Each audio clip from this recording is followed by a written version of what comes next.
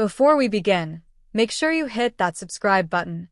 Trust me, you won't want to miss the stories full of betrayal, jaw-dropping twists, and emotional justice that come next.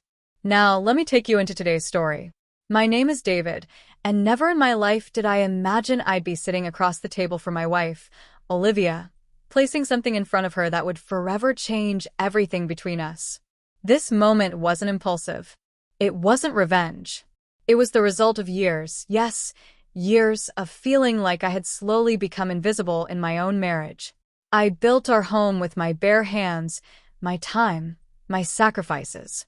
I poured loyalty and love into our life together. But somewhere along the way, Olivia stopped seeing me. She stopped hearing me. And I stopped recognizing the woman I had promised myself to. So today, as she scrolled through her phone without even looking up, I gently slid an envelope toward her. The sound of paper brushing would felt louder than any argument we'd ever had. That silence was intentional. It carried the truth I'd held inside for far too long.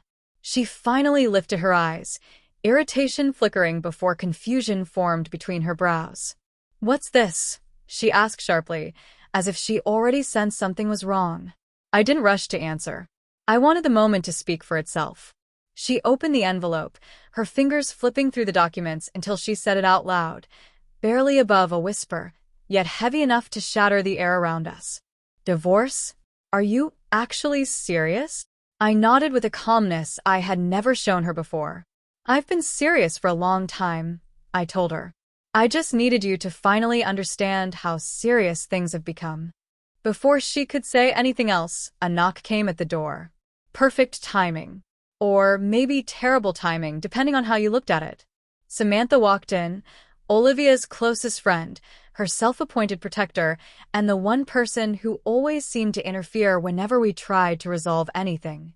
She took one look at Olivia's expression, the papers in her hand, and immediately stepped into defense mode. "What are you doing, David?" she demanded, her tone sharp enough to slice through the tension. "You can't just spring something like this on her."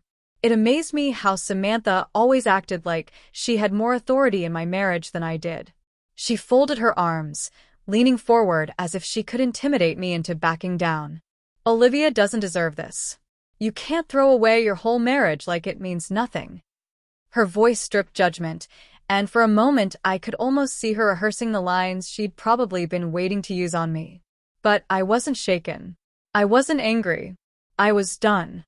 Olivia stayed silent, her eyes darting nervously between the two of us. She looked lost, like her usual defenses weren't going to save her this time. And they weren't. Samantha moved closer, lowering her voice as if softening it would change anything. "You're just upset. Every marriage has problems.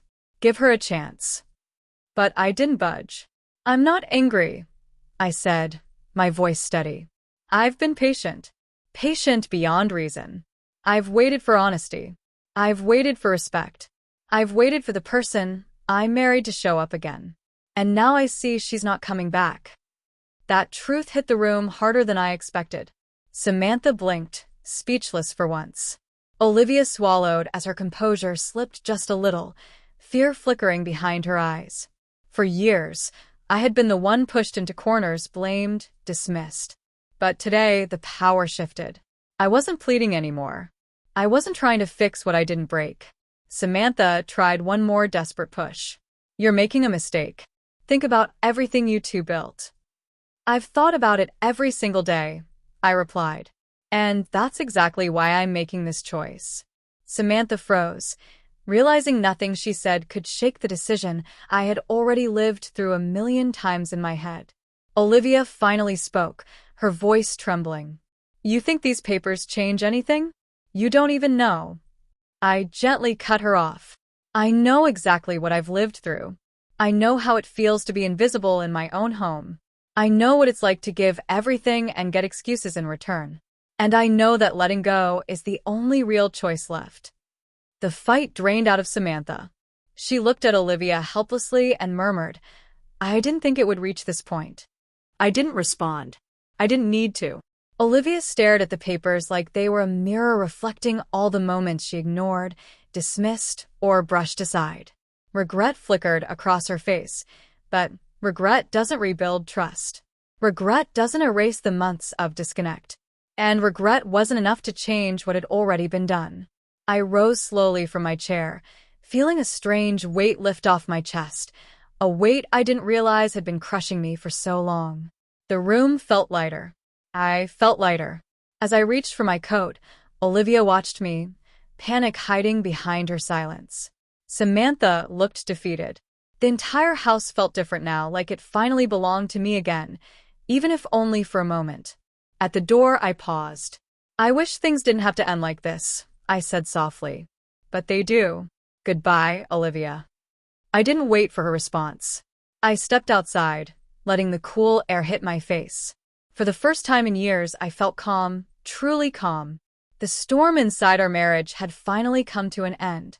The manipulation, the silence, the imbalance, it all stayed behind when I closed that door. Walking away wasn't the end.